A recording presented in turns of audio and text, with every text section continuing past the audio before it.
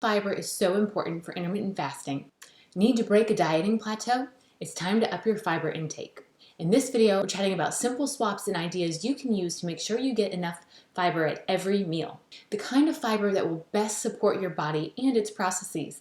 And I'm discussing how to increase your fiber intake without any unpleasant GI side effects. We've got a lot of great content to cover today, so let's get into it.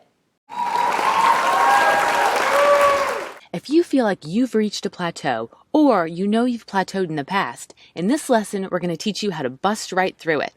One of the most effective things I have my clients do to break a plateau is to up their fiber intake. In this lesson, we're going to cover why fiber is so important for intermittent fasting and which kind of fiber best supports your body and its processes. We're going to be discussing how to increase your fiber intake without any unpleasant side effects, and we're chatting about simple swaps and ideas to ensure you get enough fiber every single day. Fiber is basically any part of a plant or plant food that your body cannot digest. Anything that's left over from the breakdown of vegetables, fruits, beans, nuts, legumes, and even seeds. Fiber is most commonly naturally derived. It can also be synthetic, and it would be something that you would find added to processed foods. Fiber makes intermittent fasting easier. It fills you up, and it helps provide a steady supply of energy to sustain you throughout the day. Fiber also decreases the rate at which certain nutrients and things like sugar and fats enter your bloodstream.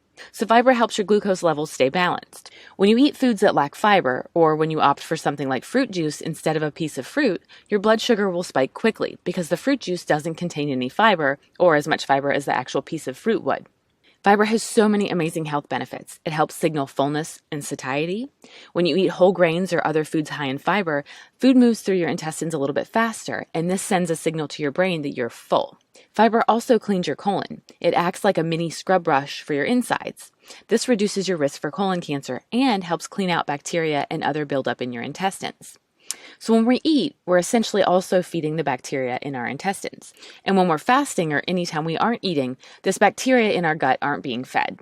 So luckily, when we fast, this only causes the bad bacteria to die off. Good bacteria aren't being fed during a fast, but they're a bit hardier and they don't need that sustenance as often as bad bacteria, so they're unaffected by fasting.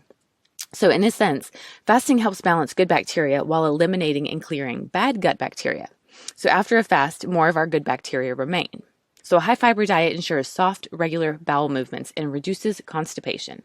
So let's dive into the science of how fiber will boost immunity. Fiber is broken down by bacterial fermentation into short-chain fatty acids. These short-chain fatty acids increase immunoglobulin A production, so IgA production, and they also directly influence B-cell pathways to accelerate antibody production. So IgA is the most abundant antibody isotope found in the body, and it plays an important role in immune responses, particularly the immune response at mucosal surfaces, such as the entrance to the GI tract or the respiratory tract. So our fasting is what's doing the hard work here in regards to the bacteria, but the food we eat in between our fasts is super important because that's what supports our body processes. More fiber means we'll have a greater variety of gut bacteria and therefore better overall health. Fiber also keeps our gut bacteria healthy and promotes overall fat loss by reducing our appetite and reducing cravings. Interestingly, studies are consistently showing that a high fiber intake is linked to a lower risk of belly fat accumulation. We also know that increased fiber can lower C-reactive protein markers, signaling an overall decrease in inflammation in the body. So how does fiber actually reduce belly fat? Specific enzymes in our gut bacteria digest the fiber. In this way, fiber acts as a prebiotic. So fiber is then broken down and digested in a process called fermentation. Fermentation produces short-chain fatty acids. So these short-chain fatty acids help regulate fat metabolism by increasing the rate of fat burning and decreasing the rate of fat storage. Studies continue to show a connection between a high level of short-chain fatty acids and a lower incidence of belly fat. According to the American Dietary Association, they recently revamped their guidelines and increased the fiber recommendations to 28 grams of fiber per day for women and 35 grams a day for men. What kind of fiber should you be eating? So there are two main categories of fiber: insoluble fiber and soluble fiber, and they differ in how they interact with water once they're in your body. So insoluble fiber does not mix with water. It acts mostly as a bulking agent to help form stool and pass it through the gut.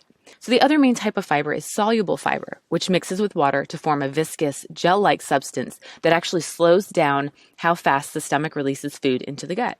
So which one's the best, and what type of fiber should you be eating?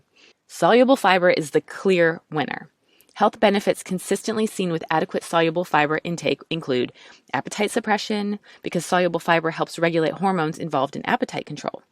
Eating soluble fiber reduces the levels of hunger hormones produced by the body. Soluble fiber also increases the production of hormones that make you feel full. Soluble fiber further reduces appetite by slowing the movement of food through the gut.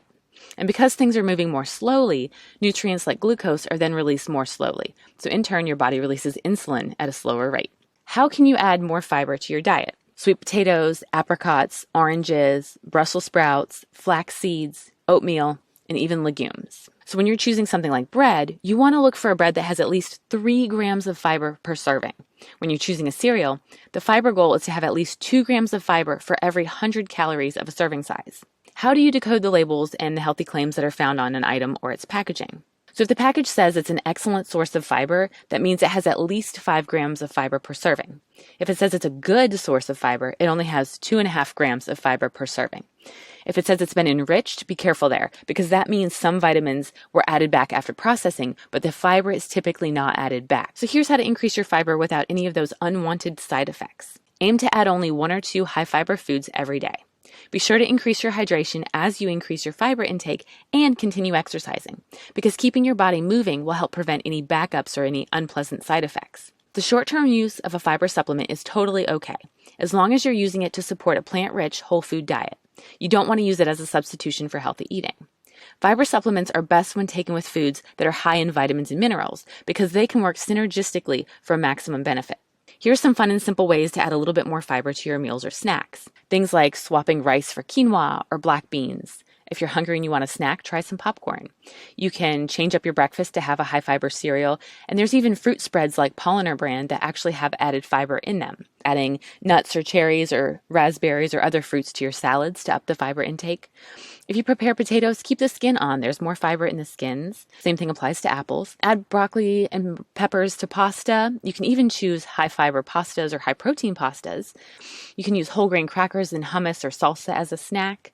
Maybe have a bran muffin instead of a bagel or a donut at the morning meeting. Do brown rice if you have takeout or delivery food. And instead of getting a taco, maybe opt for a bean burrito, because not only can you get a whole wheat wrap, but you can also have beans, which will increase your fiber intake. If you're ever thinking about having a fruit juice, maybe opt to eat the fruit itself instead. And if you want to make something like a stir fry, they have noodles like soba noodles or buckwheat noodles that are shown to be higher in fiber. So now it's your turn to take action. Track your current fiber intake at every meal and the total fiber consumption from each day. Try to add high fiber foods or the occasional supplement to your shopping list and meal prep. Record how you're feeling after eating these higher fiber meals and any changes you might experience in hunger levels or even in your bowels. Be sure to share your favorite high fiber foods and recipes with us. All right, so now you know why we love fiber, especially when we're intermittent fasting, plus how much fiber you need to be eating every day, and the best kind of fiber to support your body. Plus, we already talked about how to incorporate it into every meal and how to do it without any unpleasant side effects. I'd love to hear how you're adding more fiber into your diet. Let me know in the comments below. If you like my content, please give it a big thumbs up so I can help it spread to more people. If you're hungry for more intermittent fasting content, I highly recommend this video right here. Aww.